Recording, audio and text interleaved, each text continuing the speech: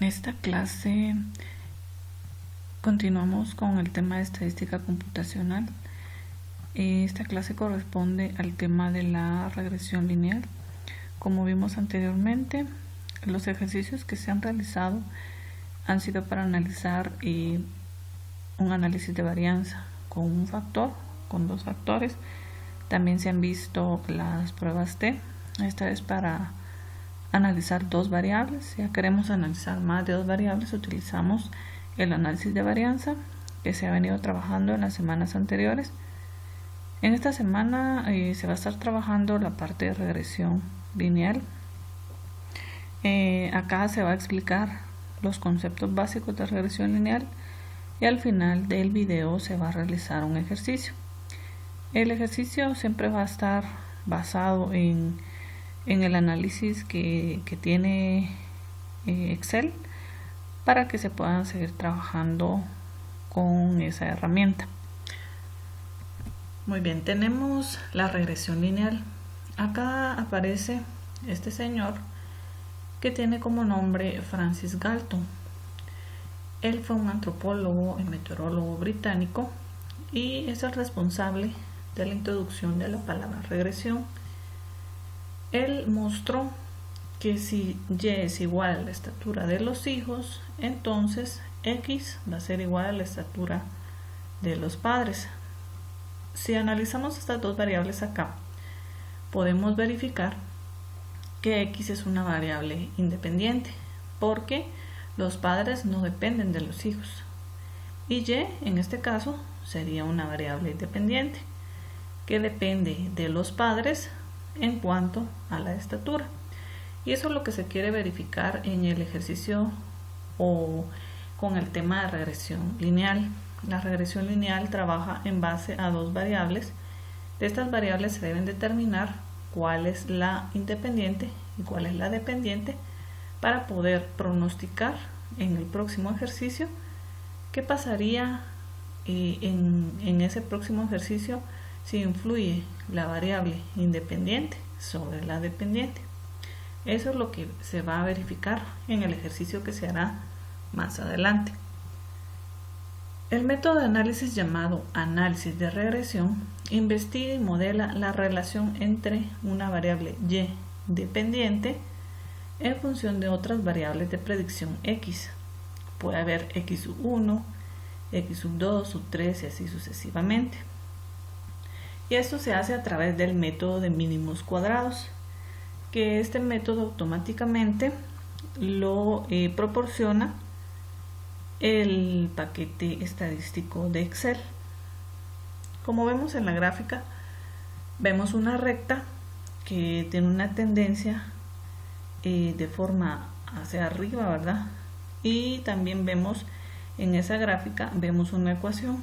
Esa ecuación es la que necesitamos buscar en el ejercicio para poder pronosticar cuáles son los valores que se van a generar en el próximo ejercicio.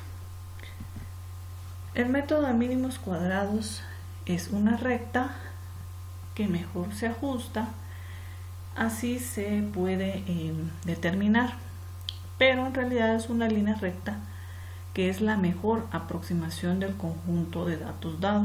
Digamos que nosotros vamos a tener una recta que en este caso va a ser una tendencia, una recta, una pendiente, y cuando nosotros creamos el método de mínimos cuadrados estamos creando otra pendiente con los datos pronóstico que se acerca mucho a esta recta con los datos del ejercicio actual, y en ese caso tendríamos que tener muy pocos desaciertos, es decir que tenemos que tener la mayor cantidad de aciertos de los datos pronósticos para decir de que nuestro ejercicio es bastante válido. Una recta que mejor se ajusta puede ser determinada aproximadamente usando el método visual al dibujar una línea recta en una gráfica de dispersión. Entonces acá, como vimos en la imagen anterior, tenemos una gráfica de dispersión tal y como lo hemos visto en algunos ejercicios. Esta gráfica de dispersión me sirve para poder ver cuál es la tendencia que tiene esos puntos. Es una tendencia directa, es una tendencia inversa, etcétera, para que tanto el número de puntos arriba de la recta y debajo de la recta sean casi iguales. Esto es lo que se trata de buscar con la gráfica de dispersión y agregándole la tendencia que tiene esa gráfica de dispersión. La línea pasa a través de tantos puntos como sea posible. Eso es lo que se determina en el método de mínimos cuadrados. Frecuentemente nos encontramos con las observaciones de dos características numéricas de una misma población.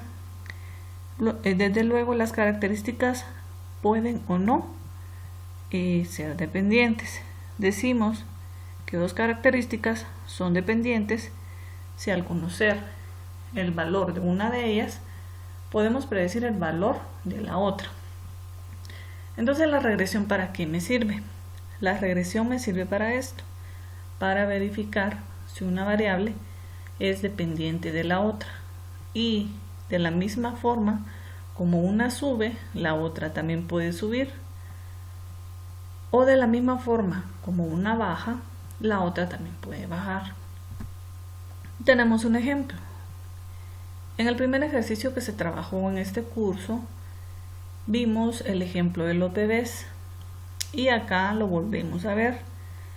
Y dice, para los bebés recién nacidos, la talla y circunferencia de la cabeza son características dependientes, ya que un bebé con talla grande tiene regularmente una circunferencia de la cabeza grande y un bebé con una talla pequeña tiene una circunferencia de la cabeza también pequeña.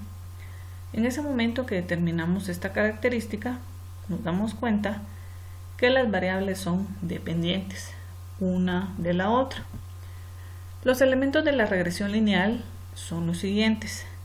Tenemos como primer punto la ecuación, luego tenemos el modelo, que ya vamos a ver cuál es ese modelo, luego tenemos un análisis de varianza, que ya vamos a ver para qué nos va a servir el análisis de varianza, y luego tenemos un análisis de residuos.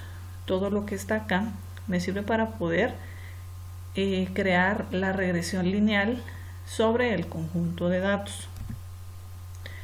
La ecuación. Dos características pueden ser dependientes de muchas formas.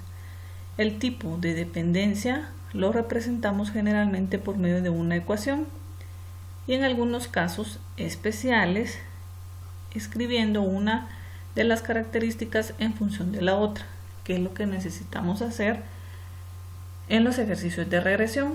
Por ejemplo, tenemos la y. La y se dijo que es nuestra variable dependiente, es igual a el valor o el coeficiente de a más coeficiente de b por x. X sería mi variable independiente.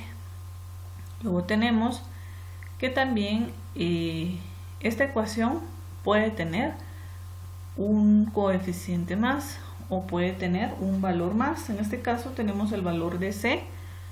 C va a ser igual a x sub 2. Entonces acá estamos creando el modelo. Regularmente el modelo tiene, regularmente si es un modelo lineal, no múltiple, el modelo lineal tiene dos variables, una dependiente y otra independiente.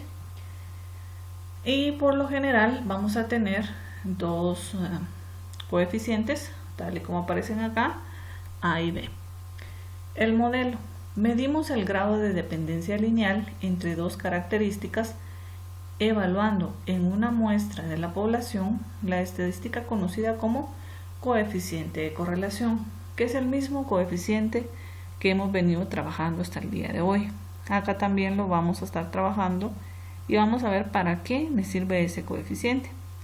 Debemos notar que el coeficiente de correlación mide únicamente el grado de dependencia lineal entre dos características. En el ejercicio vamos a ver para qué nos va a servir. Correlación entre variables. Si el valor del coeficiente de correlación está muy próximo a 1, que es lo que hemos venido trabajando, la correlación es muy fuerte. Al aumentar una, aumenta la otra. Eso es lo que necesitamos para que nuestro ejercicio sea válido, o sea, un ejercicio confiable.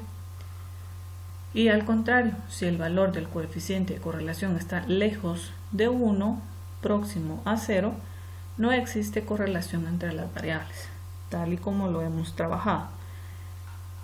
El modelo, además de medir su coeficiente de correlación, podemos elaborar un modelo de regresión lineal. En el caso de los bebés, el modelo quedaría de la siguiente forma. Tenemos la circunferencia de la cabeza, que esta es nuestra variable dependiente, es igual a 8.20 más 0.53 por la talla. La talla en este caso sería mi variable independiente y de esta forma se estaría creando el modelo. ¿Cómo se elabora el modelo? Entonces tenemos acá cuál sería la ecuación que vamos a seguir para poder crear el modelo. Estimando el valor de sus coeficientes alfa y beta, esto lo hacemos evaluando en una muestra de la población 2 estadísticas. Luego hacemos el análisis de varianzas y también tenemos el análisis de los residuos. Estos me sirven para poder confirmar que el conjunto de datos que estamos evaluando corresponden a una distribución normal y por lo tanto pueden ser variables dependientes. En la elaboración del modelo se representa por la variable aleatoria y a la característica numérica dependiente y por medio de la variable determinada x la variable independiente, tal y como lo vimos o se lo mencioné hace un momento. Por ejemplo, en la población de bebés recién nacidos, y es igual a la circunferencia de la cabeza y x es igual a la talla, aunque no podemos controlar la característica talla. Se obtiene el modelo de regresión lineal al asumir que los valores de estas variables satisfacen la ecuación que anteriormente ya habíamos visto. Luego tenemos el análisis de varianza. Es una herramienta que sirve para probar la adecuación del modelo de regresión. Ya vamos a ver para qué exactamente nos sirve el análisis de varianzas. Para lo cual es necesario calcular las sumas de cuadrados correspondientes. Esto automáticamente lo hace la herramienta. Nosotros solo vamos a evaluar para determinar ciertos valores dentro de nuestro modelo. Luego tenemos el análisis de los residuos. La herramienta también nos da los residuos que se obtienen comparando ya sea el valor pronóstico con el valor actual del ejercicio, y esos residuos me sirven para poder determinar si estamos hablando de un conjunto de datos con una distribución normal o si tenemos un conjunto de datos que realmente tiene mucha asimetría. La diferencia entre los valores observados y los valores pronósticos se llaman los residuos del modelo. Seguido de ello, debe determinarse la posible existencia de residuos con valores extremos. Esto también lo vamos a determinar en el ejercicio. También se utiliza la estadística descriptiva e histograma para determinar la forma de la distribución, comprobando si es normal, que es lo que les acabo de mencionar. En resumen, ¿qué es lo que se hace? En cuanto al análisis de residuos, comprobación de la localización en cero, la media de las descriptivas, ya vamos a ver cómo se hace esta parte. Comprobar que están normalmente distribuidos por la simetría y la kurtosis. Identificar valores extremos, como recordamos está entre los parámetros de menos 2 y 2. Luego tenemos comprobar la independencia y esto se va a lograr con la gráfica de dispersión. Muy bien, vamos a hacer el ejercicio. El conjunto de datos se los estaré enviando al grupo de WhatsApp. Asimismo les voy a enviar el conjunto de datos para el ejercicio correspondiente a esta semana y por favor pongan mucha atención en el ejercicio para poder realizar el que les queda de tarea. Vamos a ir al conjunto de datos. El conjunto de datos que vamos a utilizar es el correspondiente a dos variables. En este caso tenemos la variable Miami y la variable Chicago. Con estas dos variables vamos a trabajar. Lo primero que vamos a hacer es ver qué es lo que vamos a determinar. Y acá se va a determinar, se determinará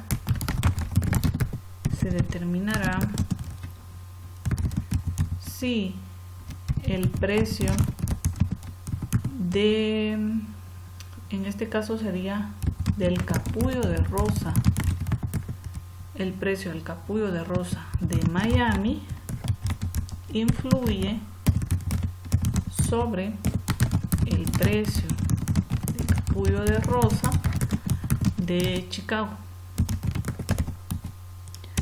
Con esta pregunta o este enunciado que acabamos de determinar, vamos a ver cuál es la variable dependiente y cuál es la variable independiente. Tenemos X y tenemos Y. Se dijo que X era mi variable independiente. En este caso, si leemos el enunciado, decimos que se determinará si el precio del capullo de rosa de Miami influye sobre el precio del capullo de rosa de Chicago. En este caso estamos viendo que X corresponde a la variable independiente, que sería Miami, y Y sería la variable dependiente, en este caso Chicago, porque estamos viendo si el precio de Miami influye sobre el precio de Chicago, si Chicago depende de Miami. Muy bien, ya tenemos esta parte. Ahora vamos a datos, análisis de datos, y lo que vamos a hacer es buscar acá la regresión. Tenemos acá la regresión y vamos a hacer lo siguiente. Y va a ser igual a Chicago. Entonces vengo y selecciono el conjunto de datos de Chicago. Luego tenemos que X es Miami. Entonces voy a elegir el conjunto de datos de Miami. Posteriormente a ello vamos a colocar rótulos y nivel de confianza. No quiero constante a 0 porque quiero que se grafique una tendencia. El 95% está bien. Acá le vamos a colocar regresión.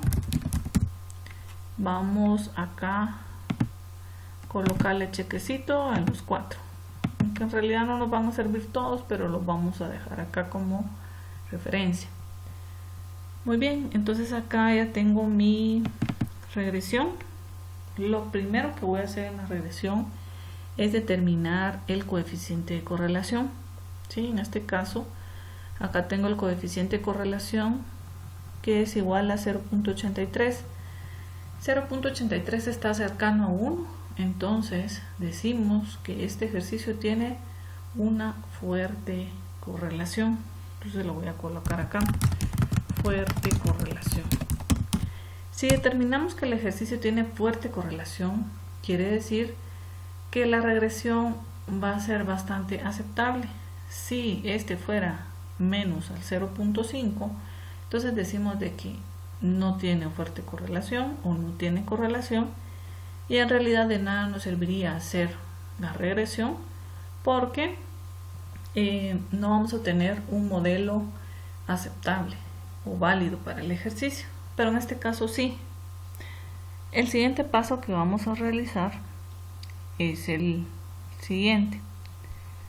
Vamos a irnos acá donde tenemos el conjunto de datos y vamos a crear una gráfica de dispersión. ¿Con qué datos? Con los datos que tengo acá.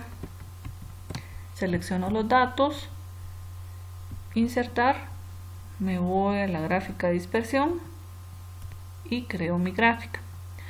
Acá en vez de Chicago, bueno, primero lo que vamos a hacer es, en el más, yo voy a agregar una línea de tendencia.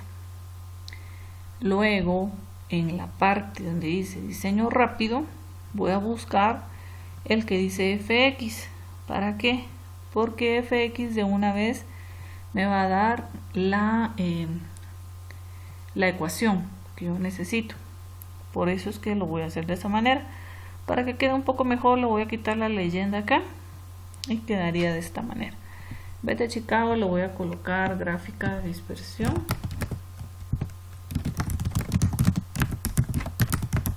Y según como lo hemos determinado, X va a ser igual a Miami y Y va a ser igual a Chicago. De la misma forma vamos a colocar acá. Muy bien, entonces ya tengo mi gráfica de dispersión acá. Después de tener mi gráfica de dispersión, yo voy a poder empezar a crear mi modelo. La ecuación es la siguiente. La ecuación dijimos que Y era igual a más BX, donde Y, según el ejercicio, es igual a Chicago. Chicago va a ser igual a tenemos acá los coeficientes. Este coeficiente es igual a A y este coeficiente es igual a B. Entonces tenemos 55.525 más B sería 1.2398 por X. X dijimos que era Miami. Y ya tengo mi modelo. Con ese modelo se pueden pronosticar ya los valores para el próximo ejercicio. Muy bien, ya tenemos esta parte. Ahora venimos y nos vamos a la regresión. En la regresión vamos a trabajar sobre estos dos cuadritos que corresponden al análisis de varianza. Y vamos a tomar como valores importantes para el ejercicio los de la probabilidad. Y los voy a dejar de tal manera que se puedan leer los datos o al menos un dato significativo en esta parte, porque lo tengo de una manera que no lo puedo ver. Entonces acá vamos a ir viendo con cuántos ceros ya aparece significativo. Si nos damos cuenta, agregamos 30 ceros y al último me aparece un valor significativo. Entonces ya tenemos acá los datos con valores significativos. ¿Para qué me va a servir este dato? Acá voy a poner a prueba dos hipótesis. La primera hipótesis, voy a decir que cuando A es igual a 0, y la segunda hipótesis, voy a decir que cuando B es igual a 0. ¿Qué quiere decir esto? Si en cierto momento A en el modelo que acabo de construir se vuelve 0, mi modelo se vuelve inservible y no podría construir los pronósticos para el próximo ejercicio. Y si B se vuelve 0, entonces no tendría una tendencia en el ejercicio. Por lo tanto, tampoco podría dar pronósticos para el próximo ejercicio. ¿Qué es lo que se determina en esta parte? Como recordarán en ejercicios anteriores, tenemos las probabilidades. Si esa probabilidad es mayor a 0.05, entonces la hipótesis, en este caso esta, se acepta, y si es menor a 0.05, entonces la hipótesis se rechaza. ¿Qué es lo que está pasando con este valor? ¿Es menor o mayor a 0.05? En este caso es menor a 0.05, por lo tanto esta hipótesis se rechaza. Y el siguiente, lo mismo, ¿verdad? Tenemos un dato, en este caso es este es menor a 0.05, por lo tanto la segunda hipótesis también se rechaza. Todo va apuntando a que el conjunto de datos sí puede formar una regresión bastante buena para el ejercicio. ¿Cómo vamos a comprobar esto que acabamos de ver acá? Lo vamos a comprobar en esta parte de acá. Tenemos dos valores que son los que me van a servir Al igual, este valor lo voy a dejar de una forma significativa porque, como vemos, no tenemos un valor que lo podamos ver, solo podemos ver que tenemos muchos ceros. Entonces acá vamos a ver en qué momento ya se convierte en un valor significativo. Vamos a dejar así con 17 ceros y acá ya tenemos un valor significativo. ¿Qué hipótesis voy a poner a prueba acá? La hipótesis que voy a poner a prueba es la segunda, es la de cuando b se vuelve 0. ¿Por qué? Esta es muy importante porque si en cierto momento b se vuelve 0, entonces yo no tendría una línea de tendencia, sino que lo que se convertiría en una línea recta. Y la línea de tendencia es la que encontramos acá. Esta línea ya no ocurriría si esta parte de acá se vuelve 0. Entonces ya tendríamos una línea recta que no nos diría nada en el ejercicio. Por lo tanto, esa es la que se pone en práctica acá y es la que vamos a confirmar o a rechazar. En la parte de abajo se está rechazando, en esta parte se tendría que rechazar. Se tendría que construir una campana de Gauss donde los límites estén en menos este valor y más este valor. El valor que vamos a determinar es el 124.97. Si este queda en la zona de aceptación o en la zona de rechazo. En la zona de aceptación significaría que tendría que quedar dentro de este límite, pero 124 queda muy lejos del límite, por lo tanto estamos rechazando también la hipótesis, estamos confirmando el rechazo de la hipótesis. Muy bien, ya lo confirmamos.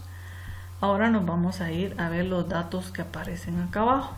Estos datos corresponden al análisis de los residuos. En primer lugar, quiero que vean de dónde sale este dato pronóstico. Este dato pronóstico que está acá es el dato que tomaría la variable Chicago en el próximo ejercicio.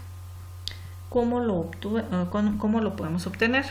Este va a ser igual a los coeficientes que nos dio el ejercicio, lo sumo y lo multiplico. Lo sumo y lo multiplico por el dato del ejercicio actual. Esto conforme a la variable que se llama Miami. ¿Qué es lo que estoy haciendo acá? Estoy aplicando el modelo que construí en esta parte de acá.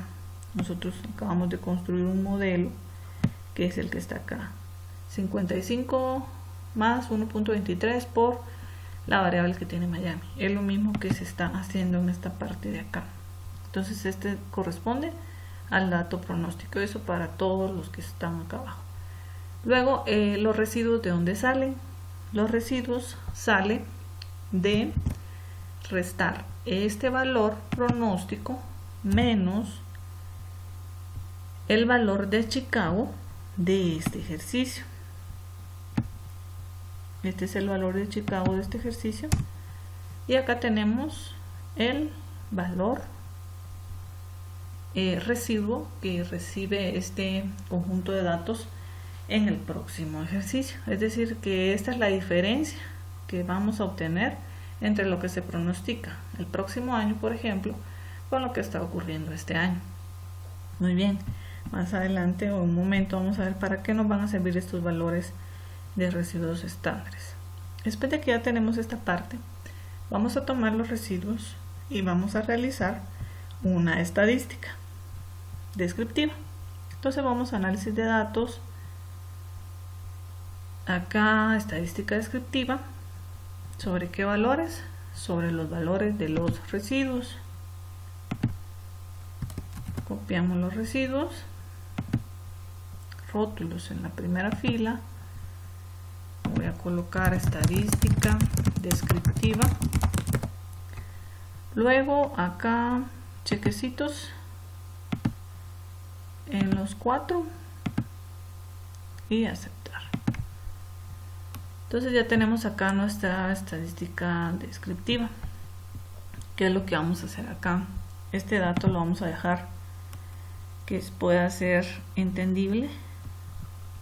Vamos a colocarle ceros para que sea entendible. ¿Con cuántos ceros? Con 16 ceros. Muy bien, ahí es algo entendible. Este dato es el que voy a tomar como base para analizar, además de estos dos datos, la kurtosis y el coeficiente de asimetría. Acá, cuando el dato es cercano a 0, entonces, ¿qué quiere decir? Que la resta del dato pronóstico menos el dato actual del ejercicio está cercano a 0. Quiere decir que casi es perfecto. Por lo tanto, el ejercicio se vuelve válido. Entonces acá confirmamos o se confirma la validez de los datos pronósticos. Muy bien. Luego tenemos acá un 0.75. Este dato es mayor a 0, por lo tanto estamos hablando de una kurtosis leptocúrtica. Luego el dato que tengo acá es mayor a 0, entonces estoy hablando de un coeficiente que es asimétrico, no es simétrico sino que asimétrico. Y esto lo vamos a corroborar haciendo un histograma. ¿De dónde vamos a hacer el histograma? De los mismos residuos que acabamos de ver. Esto solo es para ver la forma que tienen los datos.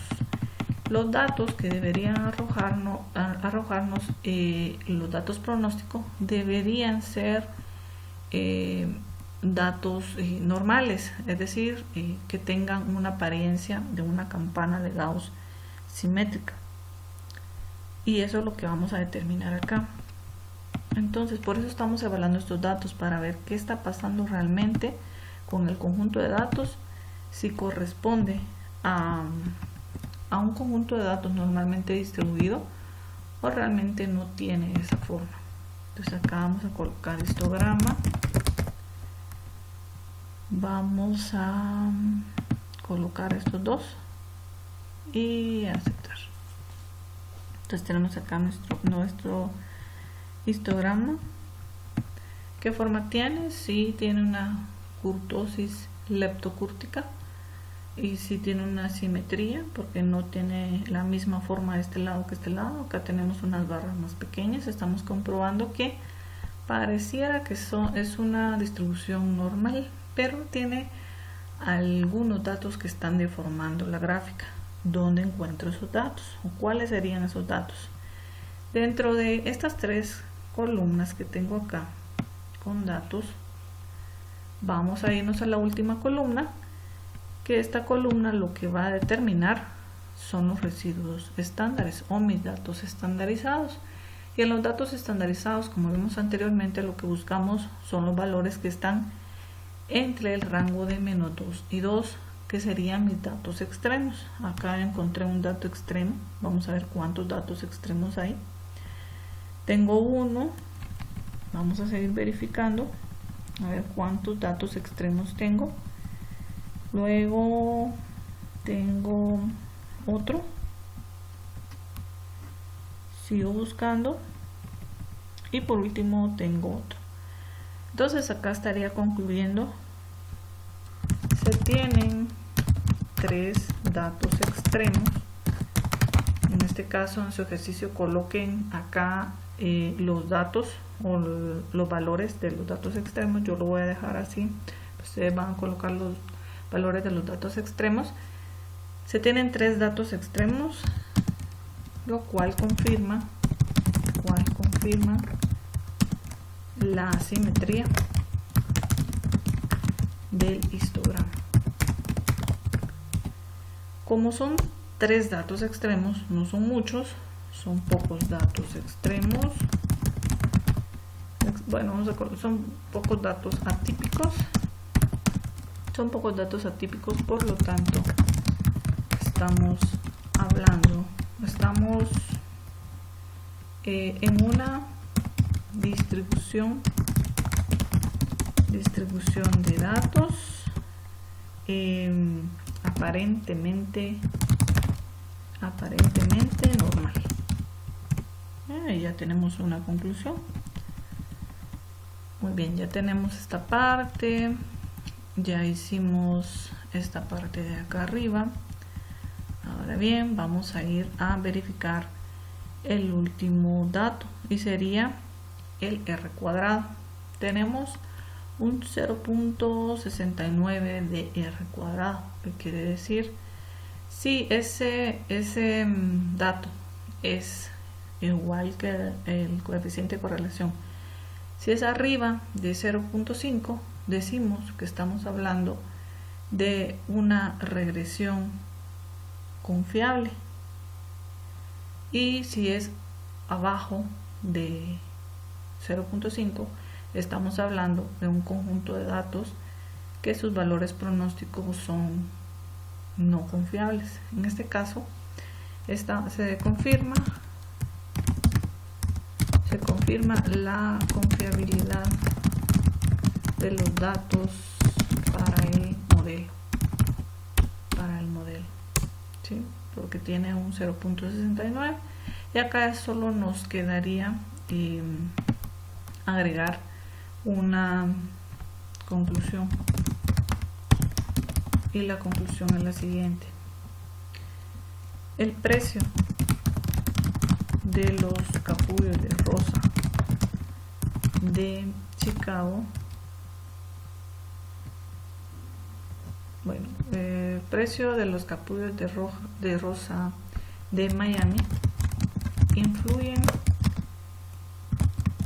en un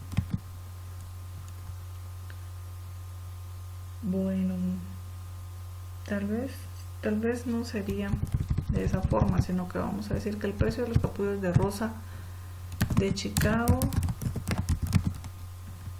tiene un 69% de confiabilidad en sus valores pronósticos con respecto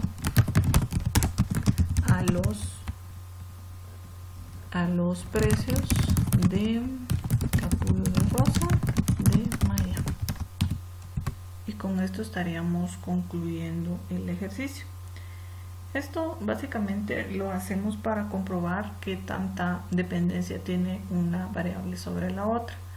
Muchas veces, si este valor es menor a 0.5, por ejemplo, fuera un 0.30, entonces realmente los valores que vamos a obtener para la regresión no van a servir para nada. Los datos pronósticos que vamos a obtener no van a formar una tendencia en cuanto a los datos de este ejercicio. Realmente no van a servir para nada también, no van a ser nada confiables, nada válidos. Pero para efectos de verificar si realmente eso ocurre, pues se hace este ejercicio, ¿verdad? Igual si en el ejercicio que ustedes, o en la tarea que van a realizar, este dato que está acá abajo, realicen todos los pasos y confirmen que realmente este conjunto de datos no tiene dependencia, o el modelo que se vaya a crear no va a dar ningún resultado que sea válido o que sea confiable para el conjunto de datos. Muy bien, entonces esto sería todo por esta clase. Si tienen alguna duda sobre lo que hice acá, entonces me pueden escribir, incluso me pueden dejar comentarios en el video. Si les gustó la clase, si les gustó el video, también denle me gusta al video, y estaremos viendo un nuevo video la próxima semana. Les agradezco mucho por su atención y nos estaremos escuchando más adelante.